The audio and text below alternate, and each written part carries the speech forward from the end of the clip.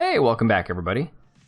This has been a very interesting, slightly depressing week for Disney, which is kind of fantastic for the rest of us. Not that I don't have fond childhood memories of Disney. It was one of those things that, when you grow up and you're watching Disney cartoons as a kid and you think that Disney is just this wonderful, amazing company that makes great content for families, you kind of get biased, and then you grow up and realize that they're just a bunch of blood-sucking, just demented old perverts. And that's kind of where we are now. So it's been a rough couple of weeks. I mean, it's been a rough couple of years for Disney, but especially because they just announced today that they were closing down the the Galactic Star Cruiser, a $6,000 family destination hotel that nobody went to, and they had to cancel a bunch of dates, and it got to be too expensive. So that's going the way of the dinosaur. Bob Chapek, the former CEO of Disney, getting sued with, alongside Disney and a few other people by the Disney shareholders for alleged fraud regarding the Disney Plus streaming numbers. So there's that too.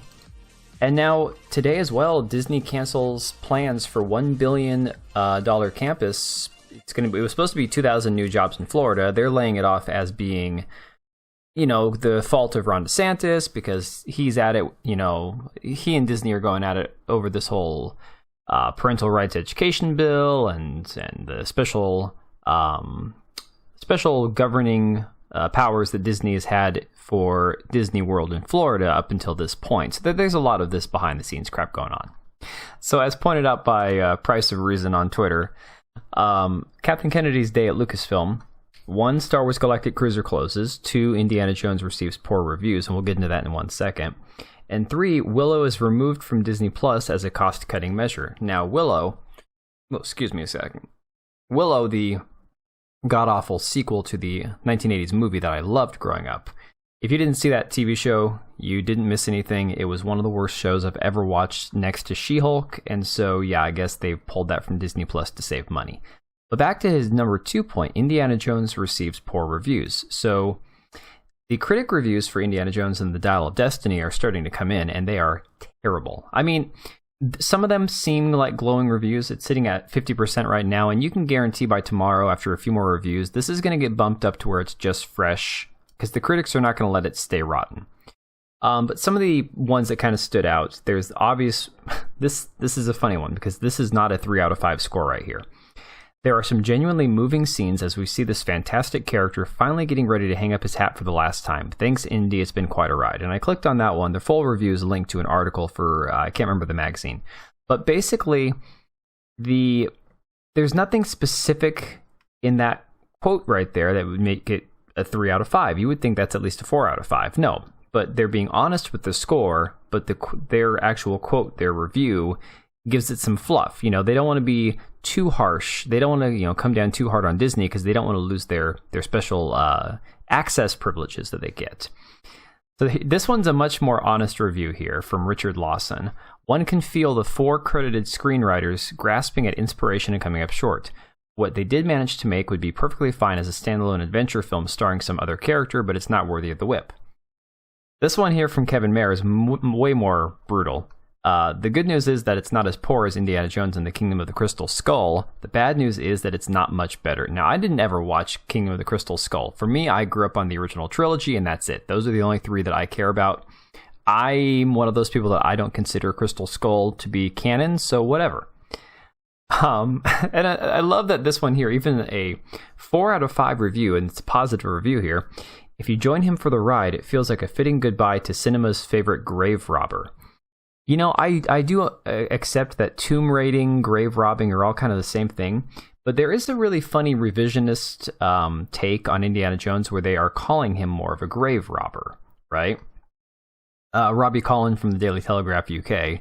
It ultimately feels like a counterfeit of priceless treasure. The shape and the gleam of it might be superficially convincing for a bit, but the shabbier craftsmanship gets all the more glaring the longer you look. 2 out of 5.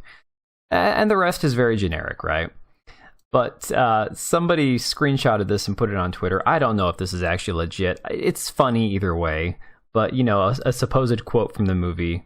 Indy says, "I fought the Nazis, And to which Phoebe Waller-Bridge, his better female possible replacement, says, "And you stole from an indigenous people, too."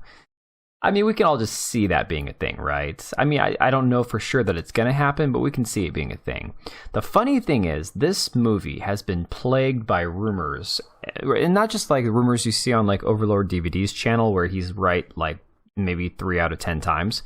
This has been, circulating in the mainstream press for a while now about having to reshoot endings, change dialogue, how they're doing the whole story scrapbooking idea for trying to piece together a story where it's not quite finished, and they're trying to cater it to the audience to make sure that they don't screw up and piss everybody off, right? But unfortunately, I don't think it's going to matter, because anything with Disney's name attached to it at this point, anything that's a remake of a classic, we've all seen the same crap over and over and over again. It's never good. It's never as good as the original. It always is soulless. It doesn't ever have the care and dedication and faithfulness to the original story that the original films would have had. And, apparently it's a long movie, longest of all the movies. This one here from IndieWire quote says, Indiana Jones and the Dial of Destiny review, time is of the essence in a sequel that gets old fast.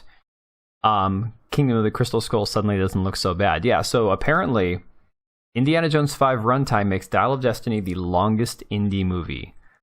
And I'm sorry, nobody wants to see even if it's briefly digitally altered Indiana Jones looking like he used to back in the 80s and 90s, nobody wants to see Harrison Ford or any other really aged old actor who can't physically do the role anymore. I mean, this man injured himself on the set, if you don't recall.